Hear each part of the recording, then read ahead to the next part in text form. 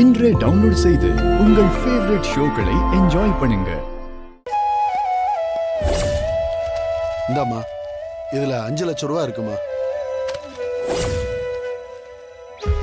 அம்மா, நீ வாக்கு மாற மாட்டால?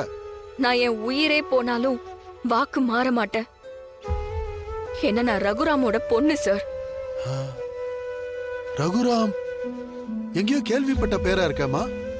நீ எந்த ரகுராம் பொண்ணுமா? இந்த ஊர்ல பஞ்சாயத்து தலைவரா இருக்காரே ரகுராம், அவரோட பொண்ணுதான் சார் நான். என்னம்மா சொல்ற? அவருடைய பொண்ணா நீ? உனக்கேம்மா பண பிரச்சனை? நமக்கு பிரியப்பட்டவங்களுக்காக இஷ்டப்பட்டு கஷ்டப்படுறேன் சார். அதெல்லாம் ஒரு பெரிய விஷயமே இல்ல சார்.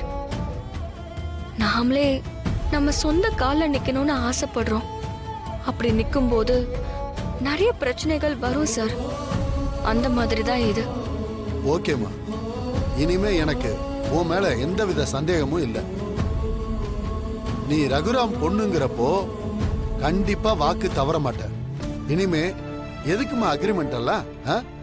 அதெல்லாம் தேவையில்லைம்மா. உன் மேல 100% எனக்கு நம்பிக்கை வந்துருச்சு. சரிங்க சார், இந்த 5 லட்சத்தை நான் வாங்கிக்கிறேன். நான் உங்க பொண்ணுக்கு விட்டு கொடுத்து அவளை ஜெயிக்க வச்சு பேலன்ஸ் 5 லட்சத்தை வாங்கிக்கிறேன். சரிம்மா, இந்தா. ரொம்ப தேங்க்ஸ் சார். வரேன்.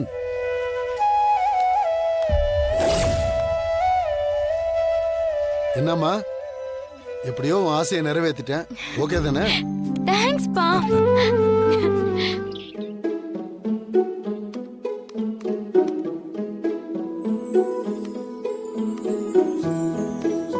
சீனு, டீ காஃபி ஏதாவது வேணுமா? வேணாண்டி பொண்டாட்டி. பிஸியா இருக்கியா? ஏய், ஸ்கூல் யூனிஃபார்மோட ஆர்டர் எடுத்திருந்தோம்ல, அதோட கணக்கு தான் பார்த்துட்டு இருக்கேன். அந்த வேலையெல்லாம் முடிஞ்சுதா?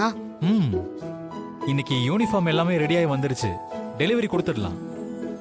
இத சரியா பண்ணிட்டோம்னா இன்னும் நிறைய ஸ்கூல்ல இருந்து நமக்கு ஆர்டர் கிடைக்கும். அதான் சில ஸ்கூல்ஸ்ல பேசியிருக்கோம்ல, கண்டிப்பா கிடைச்சிரும்.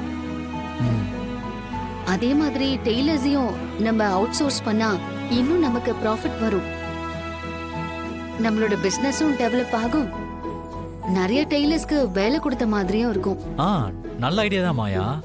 நம்ம மட்டும் நல்லா இருக்கிறத விட மத்தவங்களும் நல்லா இருக்கணும்னு நினைக்கிறேன்ல, நல்ல விஷயம் தான். நம்ம ஒரு ஃபீல்டுல டெவலப் ஆகுறப்போ நம்ம மட்டும் முன்னேறி போகணும்னு நினைச்சா அது ரொம்ப நாள் நிலைக்காது சீனு.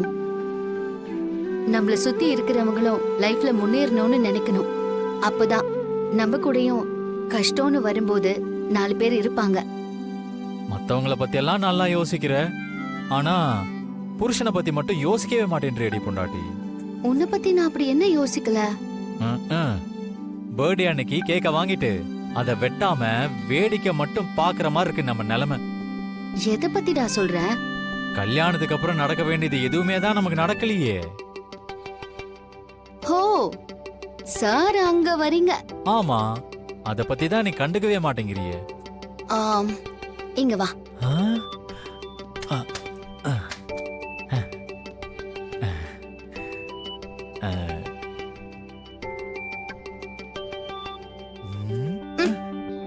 ஏய், என்னடி பொண்டாட்டி அடிக்கிற? அது நடக்காம இருக்கிறதுக்கு நான் காரணங்கிற மாதிரியே பேசுறேன். 2 தடவை நான் ஓகே சொல்லி அதுக்கு அரேஞ்ச் பண்ணோம்ல. முத தடவை நீ வந்து நல்லா படுத்து தூங்கிட்ட. அது என்ன அறியாம நடந்துருச்சு. 2வது தடவை உங்க அம்மாவுக்கு அடிபட்டுருச்சுன்னு வேண்டான்னு சொல்லிட்ட. அந்த நேரத்துல எனக்கு மனசு வரல. அப்புறம் ஏன் ஏதோ என் மேல தப்புங்கிற மாதிரியே நீ பேசுற? ஏய் சச்சா, நான் உன் மேல தப்புன்னு சொல்லல. ஆனா ரொம்ப தள்ளி போட்டுட்டே போறோமே, அதான். இந்த வீட்ல நம்ம என்னதான் பிளான் பண்ணாலும் அதை தடுக்கிற மாதிரி ஏதாவது நடந்துகிட்டே தான் இருக்கு. ஒண்ணு உன் அம்மாவுக்கு ஏதாவது ஆகும், இல்ல வேற ஏதாவது பிரச்சனை வரும். கடவுளே இத தள்ளி போடுறாரு போல.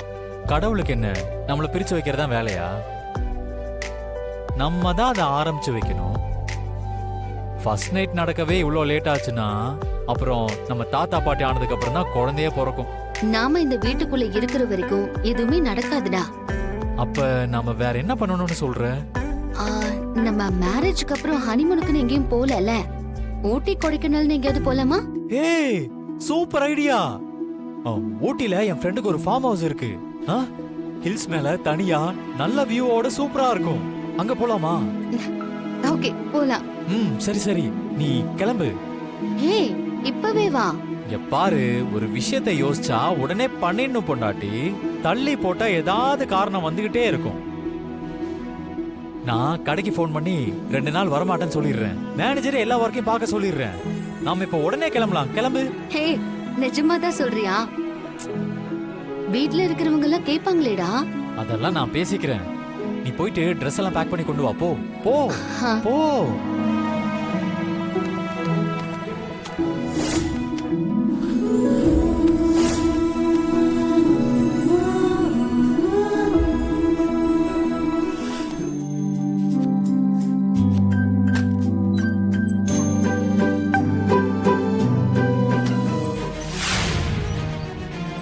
அண்ணி, அங்க பாருங்க, 2 பேரும் பேக்கோட வராங்க.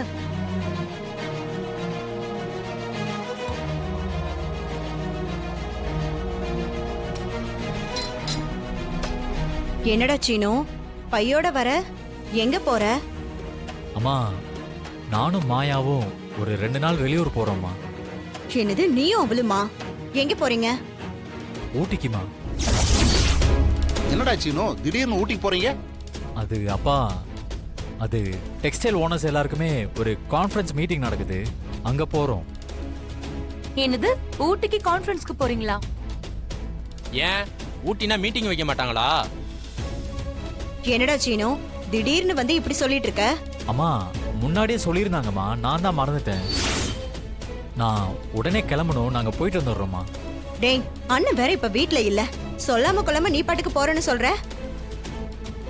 பத்மா, அவங்க வேலை விஷயமா தானே போறாங்க.